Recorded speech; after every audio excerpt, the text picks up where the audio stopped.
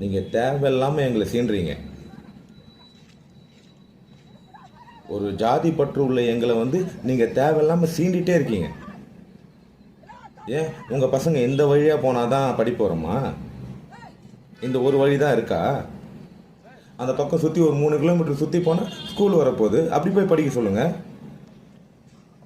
நாங்க அந்த வழியா வரோமா? நாங்க இந்த பாதை தானே பயன்படுத்துறோம். நீங்க தேவையில்லாம எங்களை சீன்றீங்க. இந்த பாதை என்ன இயற்கையாக அமைச்சு கொடுத்த பாதையா? எங்கள் பாட்டு முப்பாட்டு அமைச்சு கொடுத்த பாதை.